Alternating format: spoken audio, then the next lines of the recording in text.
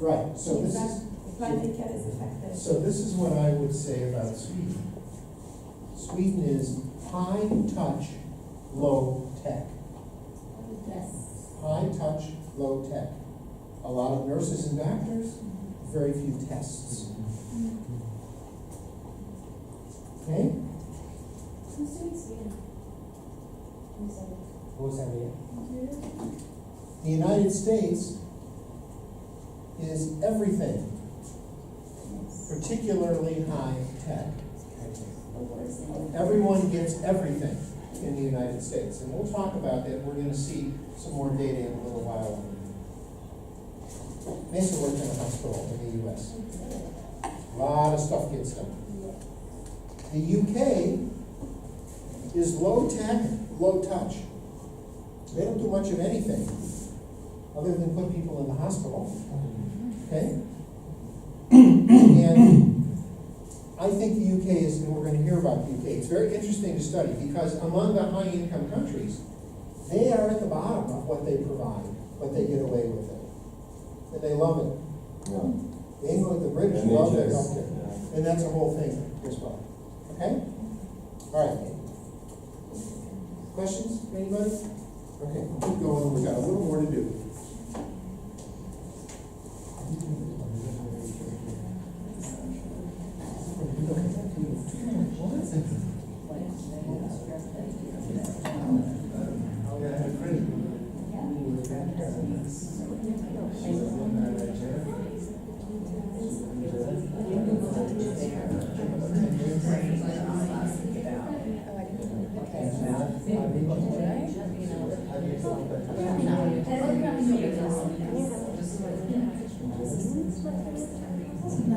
Okay, let's look at this.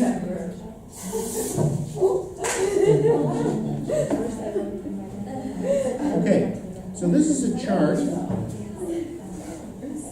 of trends in IHD mortality rates. Again, the data is old, but for the purpose of what we're doing, it's okay.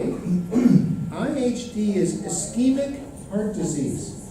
Ronnie, tell us what ischemic heart disease is. It's when you have clogged coronary arteries and you have, it ranges from pain to CABG, which is the replacement valve.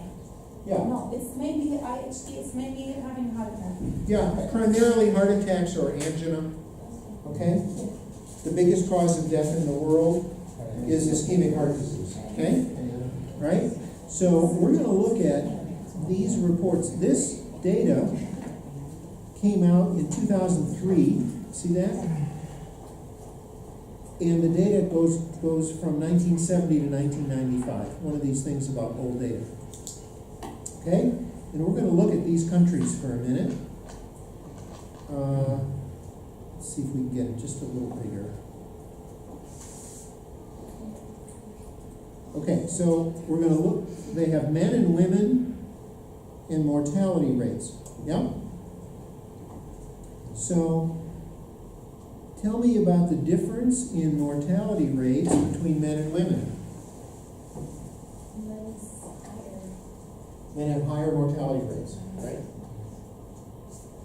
It's one of the big reasons why women live longer, right? Most common cause of death is ischemic heart disease, and men die of it more so than women do.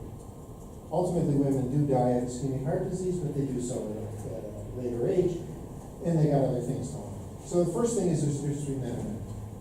Now, let's compare Australia. I don't have it highlighted, but let's just take men.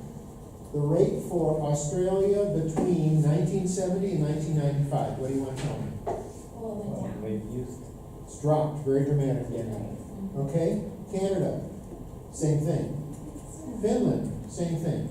Hungary remained almost, and even increased. Where? And Hungary. Yeah. It had a little dip and then it went back up. Why? That's a great question. Or let's take Korea. very low in Korea. No, Right? it went up. Went up from 22 to 77. Why? Why did it go up in Korea? Why did it go up in in Hungary. Maybe in Korea they were just getting the data because as it seems they didn't have the data before and now they were just collecting and probably they got more data to show. What do you think the health was like in Hungary in 1970? Poor, not very good, Yeah. not very good. How many people were fat? No, No, not very many. no, they couldn't afford it. There's, Oh. although in many Because they- countries that in very poor countries, they often have a high carb diet. So actually, sometimes you do see, high. You may see obesity, Yeah. okay, but generally Yeah, speaking, yeah. but there's not a lot of food, you're gonna have malnutrition. Sure. And people are gonna be not overweight, okay? Yeah. Particularly ischemic heart disease, which is related to obesity, okay? So in those countries, you see, you may see an increase in ischemic heart disease as a sign of wealth of the country to do well, all right? So I think you can make the observation that deaths from ischemic heart disease pretty much has decreased in most of the countries. I think a measure of the medical care system. Maybe not, okay? But I think most people would say it's the medical care system that has improved, okay? Now, let's compare Finland, Japan, and the United States. We're just gonna look at those three highlighted numbers. What do you want to observe? Japan is strikingly low. Japan is strikingly low, and we're gonna hear about that too. Strikingly low. What do you think? Who knows? Anyone been to Japan? Yeah. I think they're dying. Well, it could be, yeah, exactly, Yeah, diet, it could they're also be dying. genetics, it could be, Right. a lot of factors. They're different populations, Yeah. Yeah. right? They're So- different times. So let's compare Finland and the United States. So, let's look at Australia versus the United States. Very similar, right? Finland is much higher. Why? Maybe smoking? Could be. Europeans will smoke a lot more. Finland is a hard country to live in. Not a lot of exercise. It's dark all the time. Cold. It's cold. It's next to Russia, which scares the hell out of the Finns. The diet. Okay? Alcohol, alcoholism. You sit in the dark, drink, smoke, commit suicide. Yeah. All right? They will live long. Oh. Right? Okay. So one of the points that I want to make with this is that there is quite a lot of variability in disease from one country to another, even in high-income countries. All right? So in global health, those of you who are studying global health, you've spent a fair amount of time talking about low-income countries and the health problems of low-income countries. The global health system is supposed to focus a little more on high-income countries, right? And what? High-income countries, right? Where there are health systems, sophisticated health systems. Yet, you can see that in high-income countries, there is a lot of variability in disease itself. Okay. Let's go on to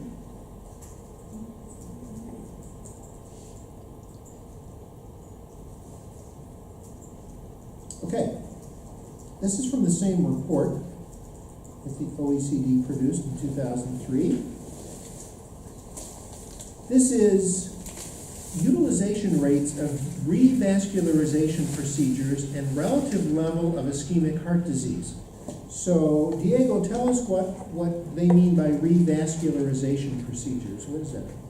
So when, for example, if someone is having a heart attack and they arrive into the hospital and they need to be treated, and what they do is like a catheterism to take out what is stuck in the base of the artery, and then it releases the pain and releases the person on heart attack. It's the treatment for the heart attack. Yeah, so in the US we call it balloon angioplasty, okay, or bypass surgery.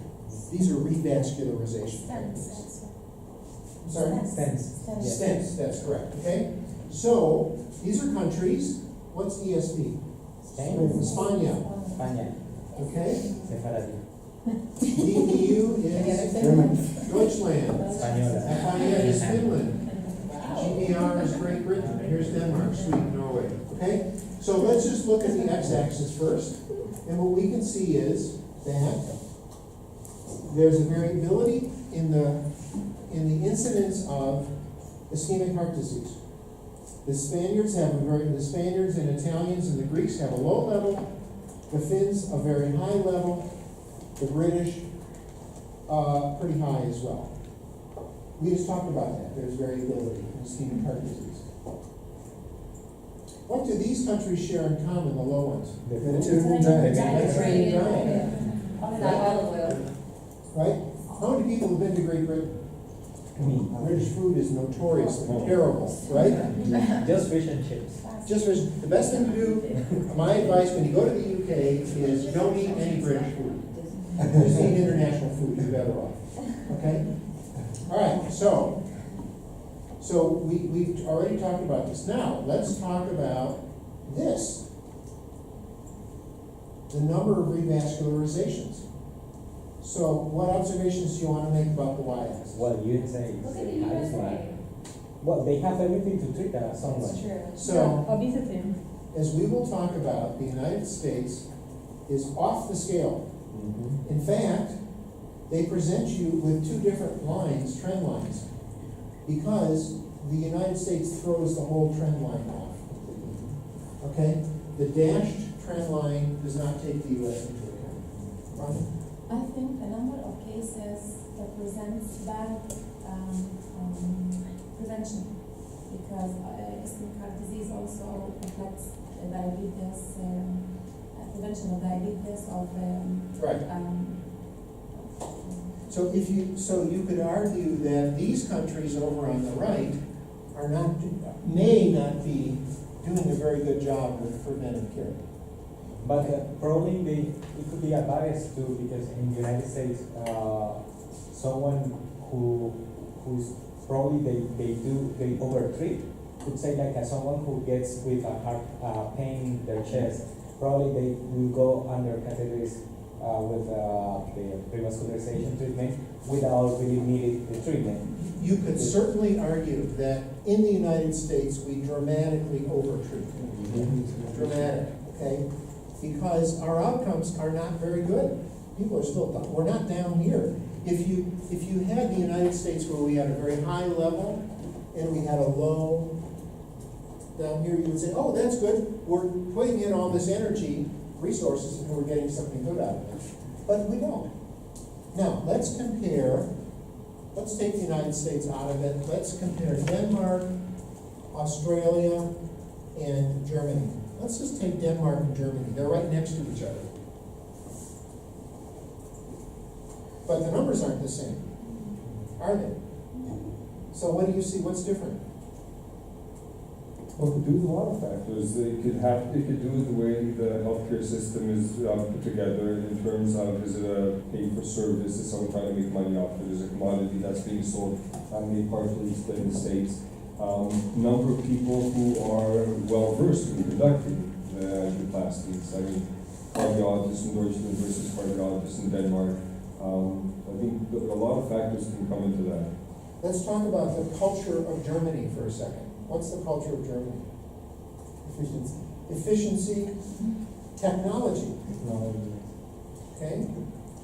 I don't think Japan is on here, but Japan is very, very technologically oriented as well.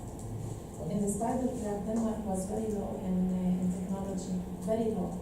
Okay? So they use drugs more, maybe they use other procedures, not procedures, other Yeah. kinds of treatment. So, right, so the Danes just aren't culturally, probably, because they're wealthy enough, they're just not culturally as oriented toward technology as the Germans are, with the same level of disease. Okay? All right, we're gonna do one more thing, and then maybe we'll stop this. You've got a couple more things to do, but not much. Okay. So we're gonna do figure 2.2. Around what time we gonna have like lunch break, just for estimation? Are we gonna have a lunch break? Yes, soon. Okay. Yeah, within about 10 minutes, okay? Yeah, How long will it last? and you'll have an hour for lunch, okay? Half an hour? An hour. I think an hour. Yeah. 1 hour. Uh, That's nice. Right. Let's see here. I can't find it. Sorry. Oh. Why are you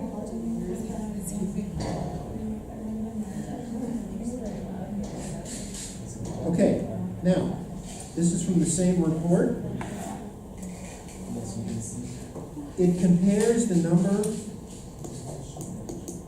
of surgery units per 100,000 in the population with the number of procedures that are done. Again, USA is it. What is They do what they do. This is OECD data, you can believe it's pretty accurate. yeah.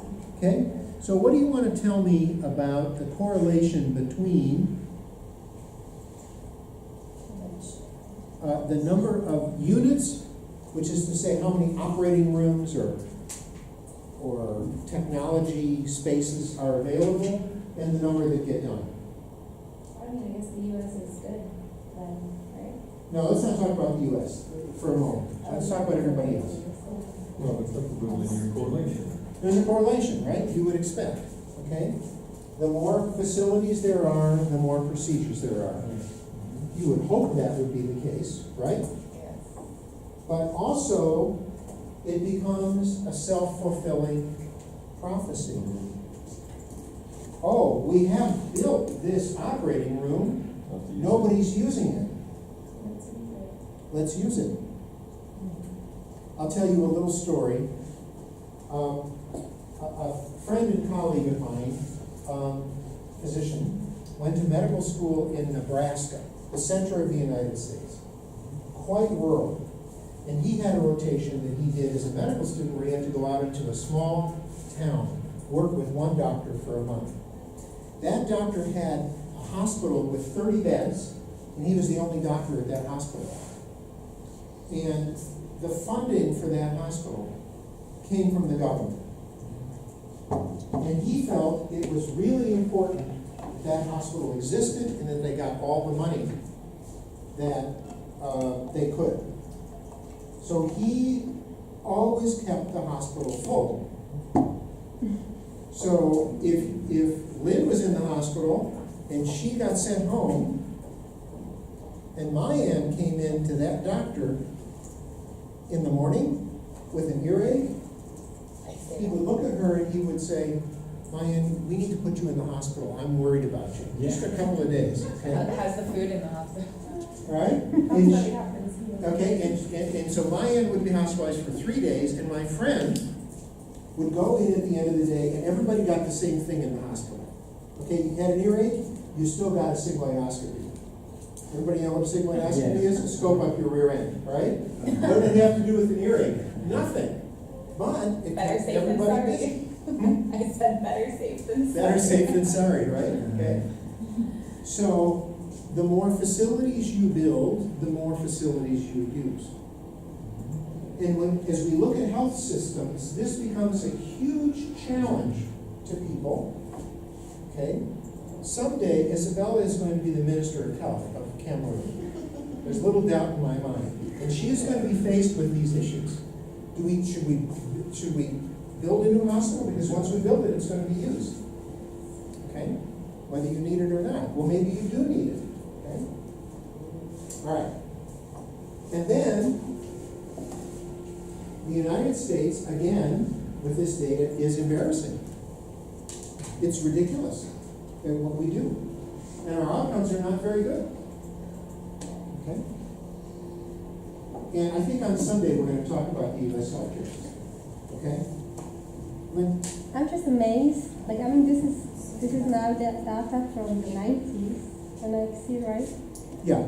That already then, like, the United States were already so off compared to all the other countries. I thought it's like something more modern trend. Like, I thought it was in the last 10 years that the United States drifted off so much. And if you already had in the 90s this kind of numbers, like, why is no one doing anything? Like, it's for me very hard to understand. Like, I thought it's like it was not I didn't thought it was like already for such a long time. But if you have this clear data, it's like from the 90s, like, why is no one understanding this? This is really hard for me.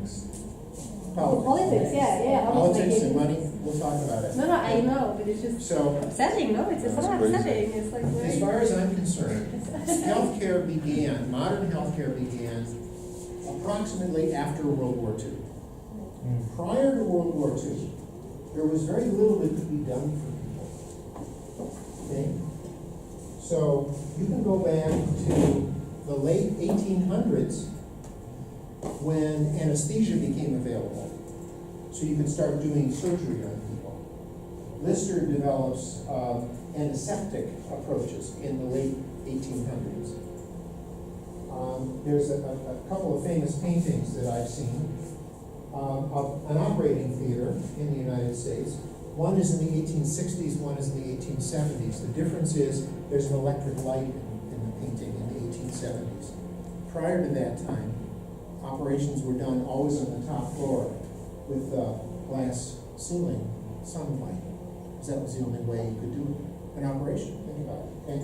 So until the 20th century, there wasn't really much opportunity for modern medical care. When did penicillin become available? During World War II. Okay? One of the first drugs. Just one second. Franklin D. Roosevelt, President of the United States, died of a stroke, cerebral hemorrhage, 1945. Untreated high blood pressure. His blood pressure was very well documented. 300 over 130. He had a doctor full-time taking care of him. There was no treatment for him. He died of high blood pressure, untreated. And probably, this is a whole separate discussion, gave Eastern Europe to Stalin because his brain was not working. He was encephalopathic at Yalta. Whole separate story. Okay, you were going to say something. Yeah, I just wanted to mention, I guess, because everyone here, aside from the this has to is dealing with global health, and I think I'm kind of more on the grassroots level as a deputy director of a hospital. I just want to mention that story that you told about your friend in his fellowship in Nebraska. It is probably important to know that it may sound corrupt on one level, but as a deputy director of a hospital, I just want to say if the beds ain't full, there ain't going to be any cash. And if there's no money, then when they do get full, you won't have money for medications or for operations or for anything else. It's extremely complex maintaining. That's why I support what you said. If you're building a system, you have to take into account that it'll be full, because otherwise on a micro level,